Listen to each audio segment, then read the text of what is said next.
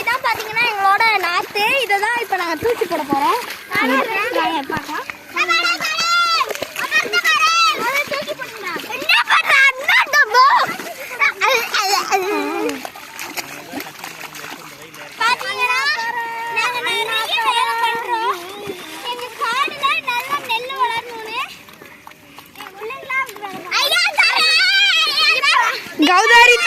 கௌதாரி தர